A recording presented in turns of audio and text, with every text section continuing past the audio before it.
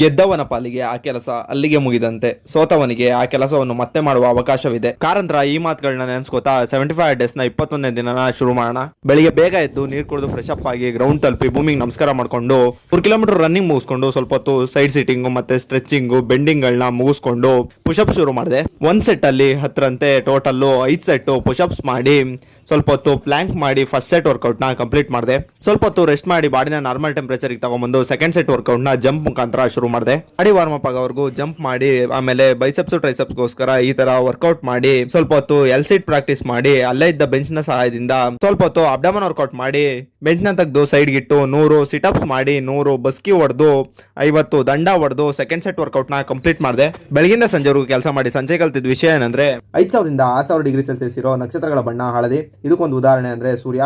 ಅದೇ ರೀತಿ 11000 ರಿಂದ 30,000 ಡಿಗ್ರಿ ಸೆಲ್ಸಿಯಸ್ ಇರೋ ನಕ್ಷತ್ರಗಳ ಬಣ್ಣ ನೀಲಿ ಬಣ್ಣ. ಅದಕ್ಕೆ ಉದಾಹರಣೆ ಅಂದ್ರೆ ರಿಜಲ್ಲು.